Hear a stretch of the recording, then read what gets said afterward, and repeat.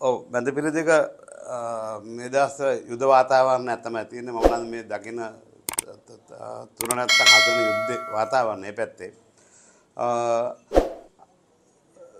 බලශක්තිය වලට ප්‍රශ්නයක් තියෙන්න පුළුවන් තියෙනවා දැනට. හැබැයි ෂෝට් ෆෝල් එක ෂෝටේජ් එකක් අඩුයි නෑ. නැති ඒක හිතන්න අමාරුයි. මොකද සාමාන්‍ය රටවල් තුනක් විතර තමයි තෙල් එන එක අඩු වෙලා තියෙන්නේ. කුවේටුයි අබුදාබි දමාම් සෞදි වල. ඔය දෙක තුනෙන් තමයි ගන්න බැරි වෙන්නේ. නමුත් අබුදාබි වලනත් පයිප්ලයින් එකක් තියෙනවා ෆුජේරා පෝට් එකට. ඒ කියන්නේ ඉන්දියන් ඕෂන් එකට. එතන පයිප්ලයින් එකකට තෙල් ලවන්න පුළුවන් එළියට. ඒ වගේ එතන වාතාවරණයක් තියෙනවා එතන. නමුත් ඕක අනිත් රටවල් මැනේජ් කරනවා වගේ රටවල් මැනේජ් කරන්න පුළුවන් වෙයි. හැබැයි බඩු ගණන් ඊයයි. ඒක අපිට වළක්වන්න හම්බෙන්නේ නැහැ. මොකද මිනිස්සු බය වෙලා බඩු ගන්නවා. ඒක ලංකාවත් අපි දැකලා තියෙන මෙලෙම.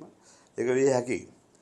ඉතින් ඕක අපි ලංකාවට ගෙනාවම ලංකාවේ පැත්තෙන් බැලුවම මේක අපිට බලශක්ති අර්බුදයක් ඇති වේද කියලා බයක් මටත් තියෙනවා. මොකද ඒක මම දකින්නේ මේ බලශක්ති අර්බුදය ලංකාවේ ඇවිල්ලා අපි හදාගත්ත අර්බුදයක් තියෙන මෙතන. මේ මන්දපුරදිග අර්බුදය නිසා බලශක්ති ප්‍රශ්නයක් ලංකාවේ නෙවෙයි. අපි හදාගත්ත එකක් තියෙන්නේ. ඒකට ප්‍රධානම හේතුව තමයි මේ කියන ගල් අඟුරු වල තියෙන මේ ප්‍රශ්නේ. අපි දැනුවත්ම දැනටම දැන් ගිය අවුරුද්දේ නොවැම්බර් දෙසැම්බර් ඉඳලා මේ සබ්ජෙක්ට් එක මේ ගැන ලංකාවේ පාර්ලිමේන්තුවේ සමාජයේදී අපි කතා කරලා තියෙනවා. ඉතින් ඒකම මමත් මේ ගැන අවුරුද්දේ හොයලා බලුවා. පෞගේ කාල වෙනකොට මේ මොකද්ද මේ ගල් නගුරු ඇතුළත තියෙන ප්‍රශ්නේ මොකද්ද කියන එක. ඉතින් රජය කියනවා මේක හොරකමක් කරලා නැහැ. අපි ට්‍රාන්ස්පරන්ට් අපේ වැඩේ හරි අපි හරියට කරලා තියෙනවා කියලා. ඉතින් එහෙම කරලා තියෙනවා නම් ඇයි අද වෙනකොට නොරෙච්චවල් බලාගාර තුනේ ලැබෙන්න තියෙන මෙගාවොට් 850 හරි 875 හරි ප්‍රමාණය ලැබෙන්නේ නැත්තේ. ඉතින් ඒක නිසා අපිට සිද්ධ වෙලා තියෙනවා දීසල් බලාගාරවල පිට ලබා ගන්න. ඒක නිසා මේ තියෙන තෙල් අර්බුදයක් අපේ රෝගේ තියෙන ගමන් අපිත් ඇති වෙලා තියෙනවා. ස්පෙෂලි දීසල් වලට මගේ පුද්ගලික කියවීම. මොකද දීසල් බලාගාර වල දෙන්න සිද්ධ වෙලා තියෙනවා මහජනයා ප්‍රයෝජන වැඩිය. මේක අපි සාකච්ඡා කරන්න නොකරත් බත් කන විදියකට මේක තේරෙනවා. මෙතන ප්‍රශ්නයක් තියෙනවා කියන එක. හරි. නමුත් අද ඒ සම්බන්ධව ඒ දෙපාර්තමේන්තුවද එතකොට ඉලෙක්ට්‍රිසිටි බෝඩ් එකද එතකොට ලංකා කෝල් ලිමිටඩ්ද අමාත්‍යාංශය කොච්චර හිටගෙන කිව්වත් එහෙම අර්බුදයක් නැහැ කියලා අර්බුදේ තියෙනවා.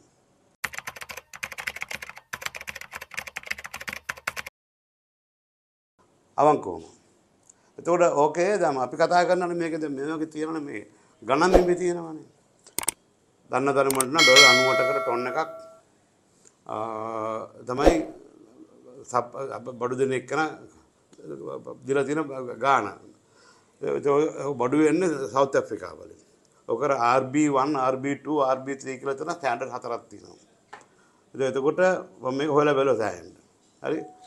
එතකොට RB1 කියන එක තමයි අපිට පොරොන්දු වෙලා තියෙන දෙන්නම් කියලා.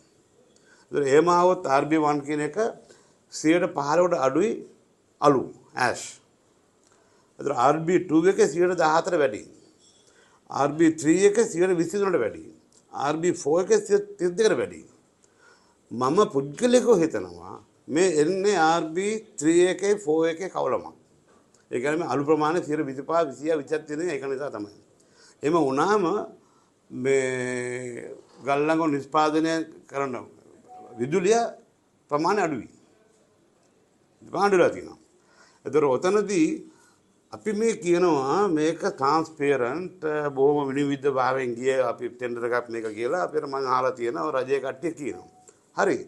විනිවිද භාගයෙන් තමයි ඩොලර් 98ක් වගේ ගානකට තමයි මේගොල්ලෝ පොරොන්දුලා තියෙන්නේ. ඉතින් ඒ ගාන තමයි ආණ්ඩුව කියවන ඇත්තේ. ඒක හරි. නමුත් ගන්න මිනිහා ගන්නේ ඩොලර් 70ට. 70ට බඩු ටික අරගෙන අපිට අනුවට විකුණනවා. විකුණන්නේ බාල බඩු. ඉතින් මෙතන අපි ඇඩ්මිට් කරන්න නැත්තේ අන්න එතන තියෙන ෂෝට් ෆෝල් එක. එතකොට මේ ඩොලර් 30කට වැඩි ප්‍රමාණයක් යම් කිසි කෙනෙක් ලාභයක් ලබනවා මේකෙන්. හැබැයි අපකද බාලබඩු දීලා. ඒ ඩොලර් 30 කාටද යන්නේ? ඒකේ පාට එක කාටද යන්න ඕනේ. ඒක හොඳට තේරෙනවා අපට. මොකද අපි මේ රටේ අවුරුදු 60ක් අතපා ජීවත් වෙලා රස්සාවල් ලක්ෂ ගාණක් ජෙනරේට් කළා මුලිතුන පඩිගෙවලා ජාත්‍යන්තරපත අපි මම පුද්ගලිකව ගණදෙනු කළා අපි මේවා දැක්කම තේරෙනවා ගුණා යන වල්කන වතර කොන්න කියන්නේ. ඉතින් නැතුව මේ 11 වෙනි නම 12 වෙනි බාන්න තියෙන්නේ. බාන්නේ. මේ නව දෙවෙනි නමේ ඉඳලාම රටේ මහජනයා කියනකොට මේක බාලංගුරු ගල්ලංගුරු බාලයි කියලා. ඇයි මේක දිවි හිමියෙන් කියන්නේ එහෙම එකක් නැහැ කියලා. මොකද හේතුව කියන්නේ මේකට. ඒ කියන්නේ කවුරු කෙනෙකුට ඔය මම කියන බයින් ඇන් සෙලින් අතර තියෙන RB1 එකේ RB4 එකේ අතර තියෙන ප්‍රයිස් ගැප් එකේ ඩොලර් 10 ගාණක් ටොන් එකකට දුන්නා නම් කොමිෂන් එකක් අද ඩොලර් මිලියන ලක්ෂ බිලියන 15ක් විස්තර කාගේ සාක්ෂියේ. ඉතින් ඒගොල්ලෝ තමයි මේ දෙවිහිමියෙන් බලන්න මේක උත්සාහ කරන්නේ මේක මෙතන වැරද්දක් නැහැ කියලා කියන්නේ. ඉතින් මේ රටේ අපි මම පුද්ගලිකව කියන්න පුළුවන් මේ තියෙන වැරදි දැකලා අවුරුදු ගාණක් තිස්සේ ඔය 70 අවුරුදු සාපේ කියලා කිව්ව රජයක් මේක. ඒක නිසා තමයි අපි උනත් බහලා උදව් කරලා මේ රජය මෙතෙන්ද ගියන් අපි උදව් කරේ. ඡන්ද දුන්නේ. නමුත් අද බලනකොට මේක 70 අවුරුදු සාපේ කවුරු නිසා උනාද කියලා අපිට හොයාගන්න බැරි මම ඉන්නේ. හරි. එතන ලොකු ප්‍රශ්නයක් තියෙනවා මේ රටේ. ඇයි මේක නෑ කියන්නේ මේකයි. ඇයි හංගන්නේ මේකයි අපි. අපි හංගලා ඉඳලා එල්ල වැඩක් නැහැ නේ. මොකද මේ මාස අන්තිමේ දැන් ගල් පර්බුදියත් එක්ක මේ රටේ අනිත් බිස්නස් වල වැඩි ප්‍රශ්නයක් තියෙනවා. නමක් යන්න විදියක් නැහැ. නමක් යන්නේ නැහැ. ඉතින් මේ පැති වල ඒ ටික හිර වෙනවා. එනකොට මේ ආයත මේ සම්බන්ධ මේ ඔය රීජන් එකත් එක්ක වැඩ කරන ආයතන ඒගොල්ලෝ මාසෙන් මිනිස්සුන්ට පඩි ගෙවන්න ඕනේ. එතකොට EPF PT ගෙවන්න ඕනේ. ලෝන් එකත් ඒවා පොලිය ගෙවන්න තියෙනවා. ඒවා කරගන්න ගමන් මේ ඩීසල් එක නැති වුණාම පව කට් එක දැන් මෙම යනකොට පව කට් එන්න ඉඩ තියෙනවා. එතකොට අපිට යන්න සිද්ධ වෙනවා ඩීසල් ජෙනරේෂන් වලට. එතකොට ඩීසල් යනකොට මොකද වෙලා දැන් අද දැනටම ඩීසල් ඉෂුව කරන්නේ කූපන් පොතට QR කෝඩ් එකට. එතකොට ඔය ලොකු වාහන වලට ජෙනරේටර්ස් වලට කූපන් පොත නැහැ. QR කෝඩ් නැහැ. එතකොට ඒගොල්ලෝ කොහොමද ඩීසල් ලැබෙන්නේ? ඒක ගැන කිසිම උත්තරයක් නැහැ තාම. ඉතින් ඒ වගේ ප්‍රශ්න මේ දැන් අපි මේ ප්‍රශ්න අතර ජීවත් වෙනවා. 22 අපි මේ ප්‍රශ්න මුණ පෑවා. 23 මුණ පෑවා. ඉතින් ඒක නිසා තමයි ඒ ප්‍රශ්න ඇති කරපු කට්ටිය පැත්තක තියලා මේ ප්‍රශ්න නැති කර ගන්න තමයි අලුත් ආණ්ඩුවක් අපි හිටව ගත්තේ. නෝ මේක ඊට දානවා ප්‍රශ්න ඇති කරන අපිට. ඒතර අපි කොහෙද යන්නේ? මේ රටේ මිනිස්සු කොහෙද යන්නේ ඊට පස්සේ? ඉතින් ඔය විදිහට අයි බොරු කියන්නේ අපිට.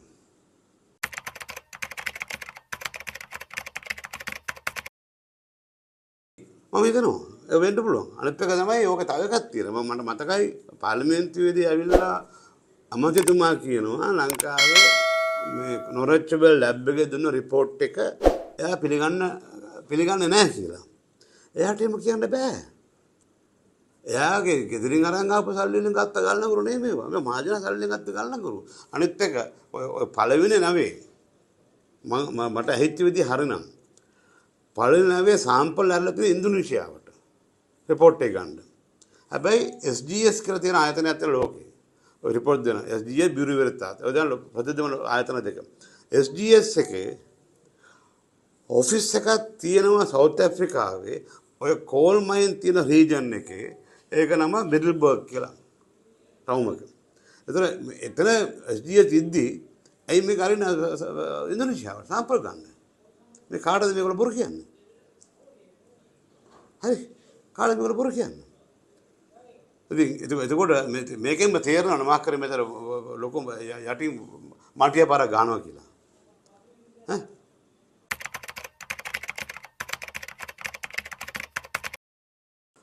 මම තාම LC කාරට කියෙන්නේ නැහැ. මම දැක්කම ඊබරතත් ඔබ අමත කෙනෙක් කියන මොකද්ද ටෙලිවිෂන් channel එක කැන්සර් කරන්න පුළුවන් කියව එක එල්ල මොකද ඡේදයක් ක්ලෝස් එකක්.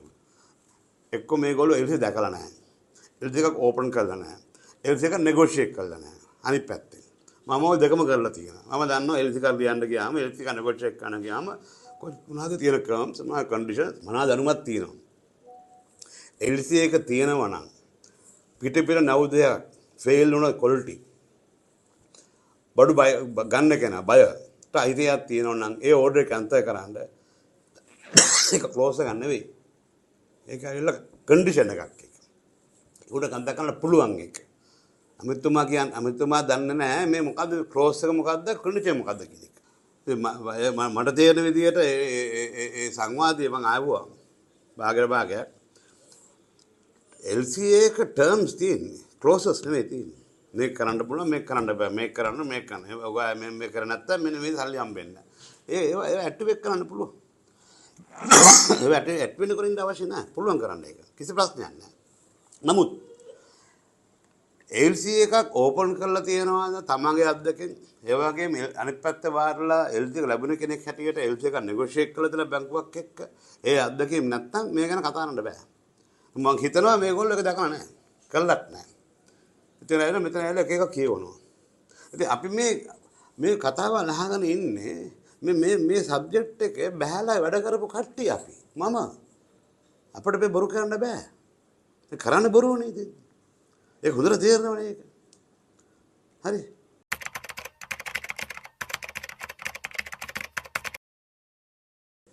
උපදේශයක් මේ වෙලාවේ නෑ. මොකද හේතුව ලෝක වෙළඳපොළ ඩීසල් පෙට්‍රල් ගණන් ගිහලා තියෙන්නේ. අපේ රටේ මිනිස්සු ඩීසල් නිකන් ඉල්ලන්නේ නැහැ. පෙට්‍රල් නිකන් ඉල්ලන්නේ නැහැ. අපි ඉල්ලන්නේ ඕන ප්‍රමාණය දෙන්න කියලා. රුපියල් 500ද 550 600ද ඩීසල් ලීටරක වියදම පෙට්‍රල් ලීටර වියදම මිනිස්සු ගෙවලා ගන්නේ ඒක. බැරි එක්කෙනාගේ දෙట్లా ඉදී. අපි පෝලිං වලයි මේ වගේ මිනිස්සු රත් අද ගන්න බෑනේ මේකේ. දැන් ඔය බලන්නකෝ එනර්ජි ප්‍රශ්නේ බැලුවොත් එම ගෑස් ප්‍රශ්නේ බලන්නකෝ. හරි ගෑස් ප්‍රශ්නේ බලන්නකෝ. ඔය ගෑස් ප්‍රශ්නේත් දැනත් මේ ඇති කරගෙන දෙන ප්‍රශ්නයක් නෙමෙයි මේක. නවත්ත ගන්න පුළුවන් ප්‍රශ්න නෙමෙයි මේක. මිත්‍ර ගාස් සප්ලයි කරපෙන්න 94කින් බඩු ඩිලිවර් කරලා තිනවා කියනවා පොඩි 94කින්. දැන් එක්කන දෙකයි තියෙන්න පුළුවන්. ඉතින් රටේ ගෑස් අපේ CP මොකද්ද ලිට්‍රෝ එකේ ටොන් 8000ක ටැංකියක් තියෙනවා. එතකොට රටේ ඩිමාන්ඩ් එක X කියලා ගාණක් තියෙනවා. ඒ 8000න් ඒක කරන්න බෑ කියලා දන්නවනම් ඊට ඉස්සෙල්ලා කරපෙන්න අවුරුදු ගාණක් ඒක කිසිම අවිරණ නැතුව කරා නම් ඇයි මේ අපි දැන් හදාගන්න තියෙන ප්‍රශ්නයක් හදලා තියෙන්නේ. හරි මේක මේ සිස්ටම් මාරු කරන්න ගිහිල්ලා අනගන්න තියෙන්නේ මෙතන. ඉතින් ඒවට මොනවද විසඳුම් දෙන්න පුළුවන්? මොනවද දෙන්න පුළුවන් විසඳුම් මේවට? විසඳුම් දෙන්න බෑනේ මේවට. මොකද හේතු වෙලා තියෙන්නේ අපි තියෙන එක අර අටුව කරලා පුටු හදනවා වගේ නේ අපි කරගෙන තියෙන්නේ. ඒකට පස්සේ ජනාධිපතිතුමාලා පාර්ලිමේන්තුවේ කියන මේක හුඬුවක්ද කියලා අහනවා. මම ඡන්ද දුන්න ජනාධිපතිතුමාට ඕපස් අහන්න නෙවෙයි. මේකට උත්තර ගන්න. හරි මේක හුඬුවක් නෙවෙයි මම දන්නවා. නමුත් අපි උදව් කරලා ගොඩක් කලාට ජනාධිපතිතුමාට අපි ඡන්ද දුන්නේ මේව පස්සේ පාර්ලිමේන්තුවේ ලැබෙන්නේ මේක හුඬුවක්ද මොකද්ද මේක තේරුම කියලා අහන්න නෙවෙයි. අපිට ඒ පස්තවලුයි ඒ ස්ටේට්මන්ට් වල අපි පිළිගන්න කැමති නැහැ. පිළිගන්නෙත් නැහැ.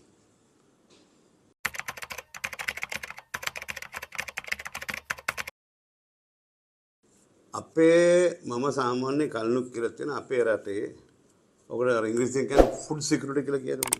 කැම්බීම් වල මම හිතන්නේ අපේ ෆුඩ් සිකියුරිටි එක මාස දෙකකටවත් අපේ ෆුඩ් සිකියුරිටි එක අපේ රටේ නැහැ මම හිතන විදියට. මගේ පුද්ගලික මම කියනවා මම වරදින්න පුළුවන්. මොකද මට වැඩි ආහාර දෙපාර්තමේන්තුව කට්ටිය දන්නවා ඇති මේ ගැන. කෙසේ වුණත් මම මේ මට පේන දේ. එනර්ජි සිකියුරිටි එකත් එහෙමනේ තියෙන්නේ. හරියට සප්ලයි එක ගෙන්න ගත්තේ නැත්නම් වැඩි ගන්නට හරියි එතකොට එන සිකියුරිටි එක ප්‍රශ්නයක් එනවා. දැන් ඒක දැන් වෙලා තියෙන්නේ මෙතන. ගෑස් එක වෙලාවට එන්න ගන්න විදියක් නැහැ. දැන් බිරිස පෙට්‍රල් ටික මොකද්ද හයි ප්‍රෙෂර් එක ගන්න ප්ලෑන් එකක් තිබ්බනම් මම එක්ස්පෙක්ට් කරලා නැහැ නේ මේක. ඉතින් එතකොට ඒක මේ ෂෝටේජ් එක ඇවිල්ලා තියෙන්නේ. හරි. ඊට පස්සේ ෂෝටේජ් එකක් ආවම පාරට වැරලා මිනිස්සු පටන් ගත්තාම පෝලිං වල ඉන්න මිනිස්සුන්ට බල වැඩක් නැහැ නේ. මේ ප්ලෑනින් වල ප්‍රශ්නයක් පේනවනේ මේකේ.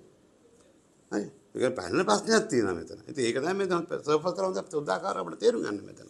ඉතින් එනර්ජි එක ෆුඩ් සිකියුරිටි කියන්නේ ඉතින් අපි කොච්චර කතා කරත් අපේ රටේ මොන දේවල් කරත් අවුරුද්දේ මාස 12ක් කණ්ඩ අපේ වීවගාවක් නැහැ නේ අපේ.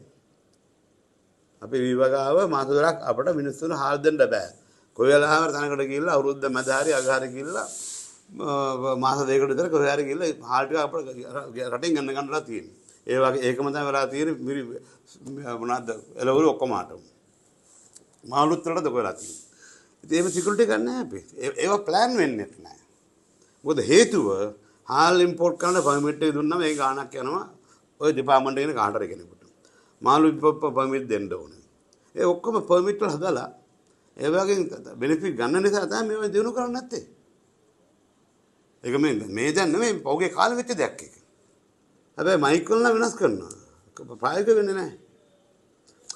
ප්‍රායෝගික වෙන්නේ මොකද මෙමය අර කියන්නා කෙසේ කිව්වත් අසන්නා සීබුද්ධි නැසියුතු කියලා කියනවා. මේ සිංහල වචන තියෙන්නේ මේවා අපේ ආච්චිලා සීලා මේ අපට කියලා දෙලා තියෙන්නේ ලොකු තේරුමක් ඇතුව. ඉතින් මම මයික් එකක් අල්ලන සමාන මම දැකලා තියෙන සමාන ඇමතිලා උපඇමතිලා කියවනවා. ඒ කියවන ක්‍රමෙන් අපිට තේරෙන එයාට මේ සද්දෙට දැනුමක් නැහැ කියන එක. සත්‍යනේ රටම ව්‍යාකූල වීගෙන යනවා මොකෙත් එක වෙන්නේ නැහැ. කමාන්ඩ් එකක් නැති වෙලා තියෙනවා. හරි කමාන්ඩ් නැති වෙලා තියෙනවා. ඒකයි මෙතන පෙන්නන වෙලෙ. ඉතින් එතරද ඒක රිසල්ට් නෙමෙයි ගෑස් ප්‍රශ්නේ. දැන් ඩීසල් ප්‍රශ්නේ තියෙන පවර් ජෙනරේටර් ප්‍රශ්නේ තියෙන. නොරච්චි වල ගල්ලංගුරු ප්‍රශ්නේ දැන් ගල්ලංගුරු කතාව ආය කතා කරොත් එහෙම දිවි හිමියෙන් ගල්ලංගුරු හොඳයි කියලා මේගොල්ලෝ 159 දෙනා අපිට කියනවා. අපි පුන්නක් නෙවෙයි කන්නේ බත් කන්නේ අපිට තේරෙනවා මේක හරිය නෑ කියන එක. මේ අන්තිම මේකයි. ඔය අවුරුදු 15කට ඉස්සෙල්ලා කිව්වට වැඩිය දැන් මේ Google එකේ Gemini එකේ AI වල මේ විස්තර වුණ තරම් තියෙනවා. මේගොල්ලෝ පස්සේ කියුණා මම හැම වෙලේම හොයලා බලනවා Google එක ගාලා Gemini එකේ ගාලා AI ගාලා බලන්න මොකද්ද? එතකොට වර්ල්ඩ් ලෝක තත්ත්වය වෙලා අපිට කියලා දෙනවා. අපි ඒව දැනගත්තා පස්සේ අපිට තේරෙන මේක කරන බොරුවක් කියන එක. ඉතින් ඒ නොලෙජ් එක අද සමාජයේ තියෙන හැමතැනම. ඒකනේ මේ හැම එක්කනම එක එක YouTube අටවගෙන සෝෂල් මීඩියා අටවගෙන මේ සමාන කට්ටිය මේ දොස් කියන්නේ ඒක නේද? ඒ මිනිස්සු හොයලා බලනවානේ මේක ඇත්තද වැරද්දද කියන එක. දැන් මේ දැන් මේ ගල්ෆ් යුද්ධ ගත්තොත් අද ගත්තොත් එහෙම. දුබාය තමයි ලොකුම රටක් ලංකාවේ මිනිස්සු ගොඩක් රාසාවකන් තරත්තා දුබාය සෞදි. මම දන්න තරමට දුබාය වල ගොඩාක් හෝටල් තියෙනවා ටූරිසම් කියන කර්මාන්තේ බොහොම ලොකුයි. ඉතින් මේ වෙනකොට මේ හෝටල් වල ඉන්න ප්‍රමාණය 2% බහලා තියෙනවා. මම කතාල බැලුවමට තයාර වෙන්නේ. එතකොට හෝටල් අයිතිකාරයෝ ඒ ආයතන කරලා තියෙන්නේ දෙක තුන තියෙන එක්කෙනෙක් ඉන්නවනම් එයා එක හෝටල් එකකට ඔක්කොම ගෙස්ලා දාගෙන අනිත් හෝටල් ටික වහලා දාලා ඒ සේවකයෝ දාලා තියෙනවා නෝපේ නැත්තම් පඩි රහිත නිවාඩු. තමාසයක් වෙන්න පුළුවන් දෙකක් වෙන්න පුළුවන්. ඉස්සරහට තුනක් වෙන්න පුළුවන්. ඒතර ඒ පඩි රහිත නිවාඩු වලට මිනිස්සු වැටුනම මොකද වෙන්නේ මේ මාසේ එයාට ලංකාවේ වල කෙනෙක් ඉන්නවනම් රුපියල් 100ක් එයාට ඒක වරන් හම්බෙන්නේ නැහැ. එහෙම වුණා මොකද වෙන්නේ? අනිද්දා අපේ රටට අවශ්‍ය මේ ඩොලර් සංචිතයට ප්‍රශ්නයක් වැටෙනවා. ප්‍රශ්නයක් ඇති වෙනවා. ඉතින් ඒවා එතකොට එක පැත්තක්. ඒ කියන්නේ මේ ෆොරින් වර්කර් රිමිටන්ස් කියන එක පැත්ත. ඊට පස්සේ අර පැත්තෙන් ගත්තම තේ එක යන්නේ නැහැ. තේ ටික එක්ස්පෝර්ට් කරගන්න බෑ. එතන බිස්නස් වොලියුම් එක ඩ්‍රොප් එකක් තියෙනවා. ඉතින් ඒවා දකින්න ඕන ඉස්සරහට දැකලා හොයලා බලලා ඒවට පිළියම් ගන්න ඕන. පිළියම් නැත්නම් එහෙම පිළියම් ගන්නවා කියන්නේ කොහේ හරි තැනකින් අපිට කන්ට්‍රෝල් එකක් ගේන්න එනවා මේ පිටරණි බඩු කියන එකේ. ඒව කන්ට්‍රෝල් එකක් ගේන්න වෙනවා. ගෙනල්ලා මේ තියෙන ඩොලර් ටික අරස කරගන්න ඕන. හරි. ඉතින් නමුත් ඒතර තවම මම දකින්නේ කවුරුත් ඒ ගැන කතා කරනවා. රජයේ පැත්තෙන්. මහා බැංකුවෙන් හෝ මුදල් අමාත්‍යාංශය ඒක පැත්ත කතා කරන්නේ නැහැ. හරි. ඉතින් ඒක ලොකු ප්‍රශ්නාර්ථ ලකුණක් කියලා තමයි මට. ඇයි මේගොල්ලෝ මේවා දකින්නේ නැත්තේ කියලා ඉස්සරහට.